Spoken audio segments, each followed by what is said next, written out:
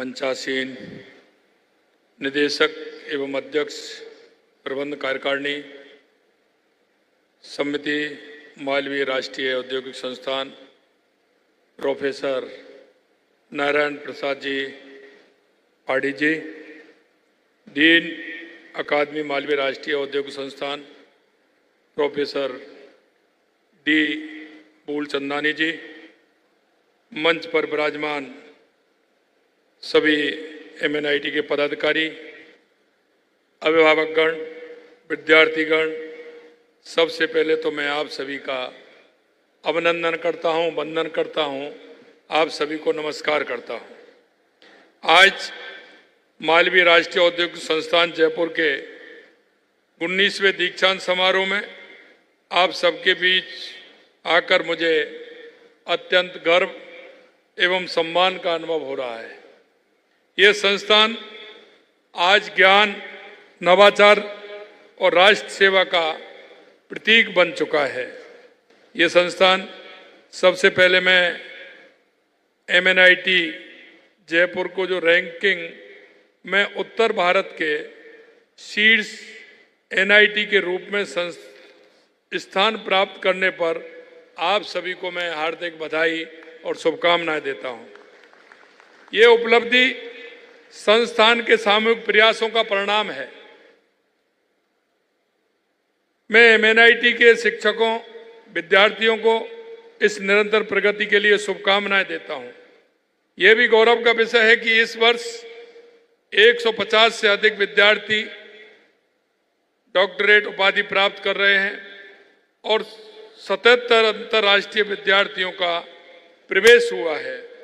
विशेष रूप से 30 से अधिक दिव्यांग विद्यार्थी भी आज स्नातक हो रहे हैं।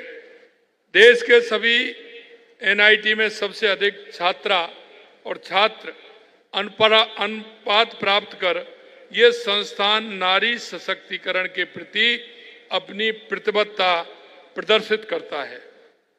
मुझे यह जानकर खुशी है कि इस संस्थान ने नई शिक्षा नीति को अपने पाठ्यक्रम में लागू कर दिया है, जिससे विद्यार्थियों को नीति के अनुरूप प्रशिक्षण मिल रहा है। प्रिय विद्यार्थियों, आज का दिन आपकी मेहनत, अनुशासन और दृढ़ता का सम्मान करने का दिन है। 2025 के इस स्नातक बैच के लिए एक बार आप सभी जोरदार ताली बजाकर उन सभी का स्वागत और अभिनंदन करें।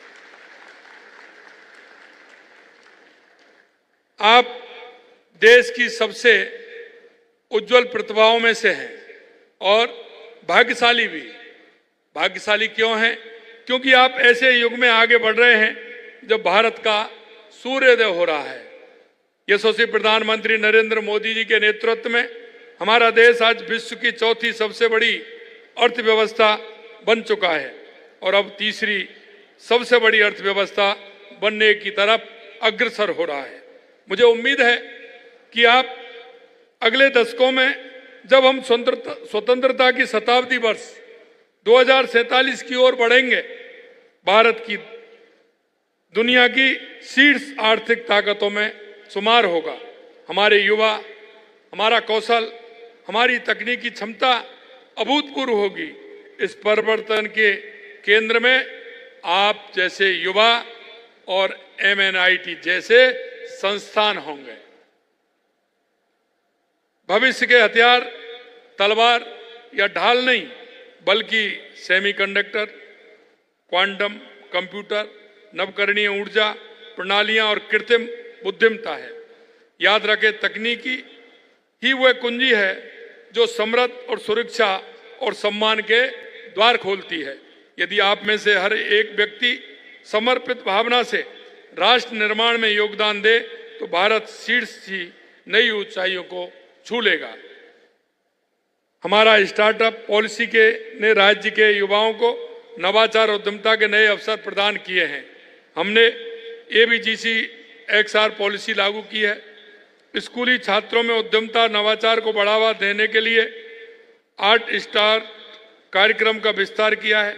इसके तहत 66 I start launch pad nest स्थापित किए गए हैं।